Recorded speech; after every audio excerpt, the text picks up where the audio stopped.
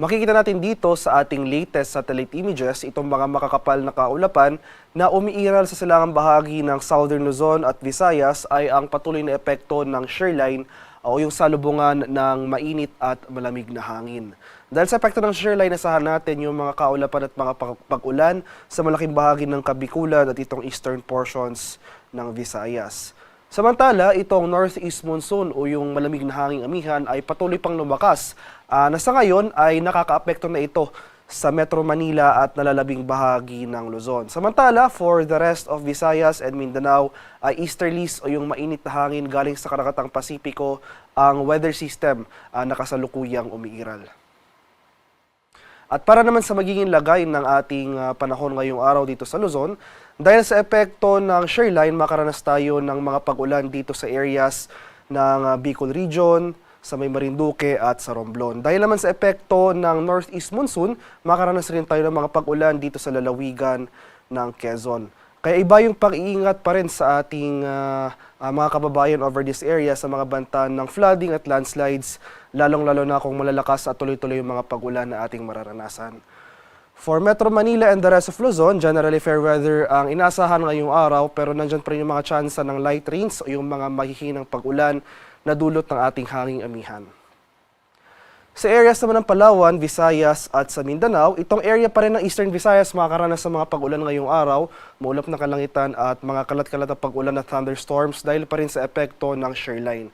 For the rest of Visayas, malaking bahagi ng Mindanao, pati na rin dito sa Palawan, ay maaliwala sa panahon muli ang ating inaasahan ngayong araw, pero nandyan pa rin yung mga tsansa ng usual afternoon to evening na mga rain showers or thunderstorms. Sa kalagayan naman ating karagatan, walang gale warning na nakataas, pero iba yung pag-iingat pa rin sa ating mga kababayan na maglalayag, especially dito sa seaboards ng Northern Luzon dahil posible pa rin tayo makaranas dyan ng katamtaman hanggang sa maalong karagatan. Para naman sa ating weather outlook sa mga susunod na araw, bukas, araw ng Linggo hanggang sa Lunes, itong silang bahagi ng Luzon at Visayas, magpapatuloy yung mga pag-ulan, dulot pa rin yan ng epekto ng northeast monsoon at ng shearline. So, posible pa rin yung mga pag-ulan, especially dito sa mga rehiyon ng Cagayan Valley, sa mga lalawigan na rin ng Aurora, Quezon, dito sa Bicol Region, pati na rin dito sa Eastern Visayas. So itong Bicol Region at Eastern Visayas, asahan natin yung mga pag-ulan na ito associated sa shearline. Samantala ito ng mga areas ng Quezon, Aurora, most of Cagayan Valley, dulot naman yan ng epekto ng northeast monsoon. Simula rin bukas ay magpapatuloy o magsisimula na rin yung mga pag-ulan na dulot ng easterlies sa silangang bahagi ng Mindanao, especially sa may Caraga at Davao Region, dulot naman yan na epekto ng easterlies. So, inasan pa rin natin, no? So, starting tomorrow until Monday, magpapatuloy yung paglakas ng surge ng ating northeast monsoon.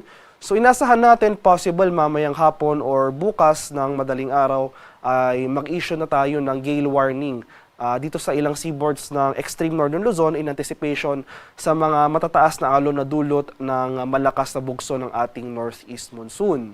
Pagsapit naman sa araw ng Martes hanggang sa Miyerkules, inasahan natin na mag-shift northward or tataas yung axis ng ating shearline, kakibat nito ang bahagyang paghina ng ating northeast monsoon.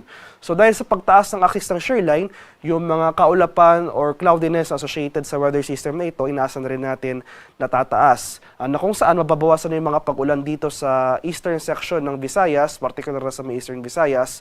Pero itong eastern section ng Luzon, magpapatuloy pa rin yung mga pag-ulan na dulot ng ating shearline as well as yung northeast monsoon. So dahil sa epekto ng shearline, makaranas na rin tayo ng mga pag-ulan sa malaking bahagi ng Cordillera, magpapatuloy yung mga pag-ulan sa malaking bahagi ng mainland Cagayan Valley, sa may Aurora, sa may Quezon, pati na rin dito sa Bicol Region area.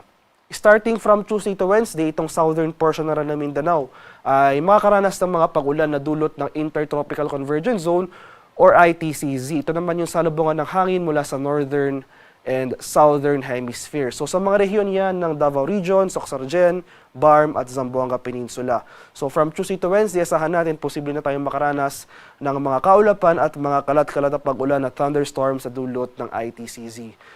At sa kasalukuyan, wala pa rin tayong minomonitor na low pressure area at nananatiling maliit yung tsansa na magkaroon tayo ng bagyo within the Philippine Area of Responsibility sa mga susunod na araw.